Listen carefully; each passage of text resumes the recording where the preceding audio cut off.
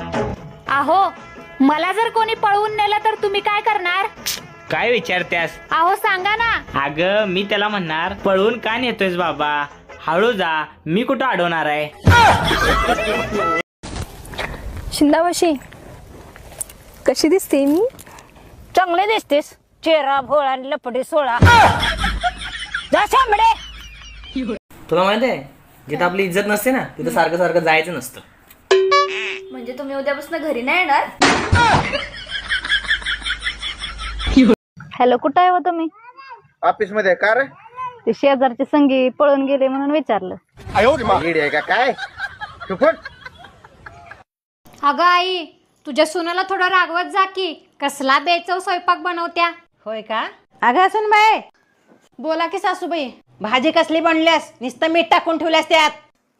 अगं आई, मी माझ्या सासरी एवढं चविष्ट जेवण बनवते की नाही, सगळीजण बोट चाटून चाटून खातात. होय का?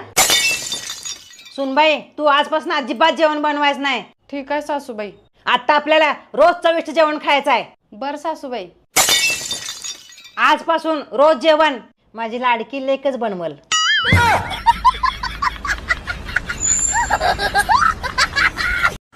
पूजा, माझं प्रेम काय दुसऱ्यांसारखं नाही, एकटाच राहीन पण कायम तुझाच राहील. बरोबर असू द्या, जावा जाऊन भांडे कसं जावा. काय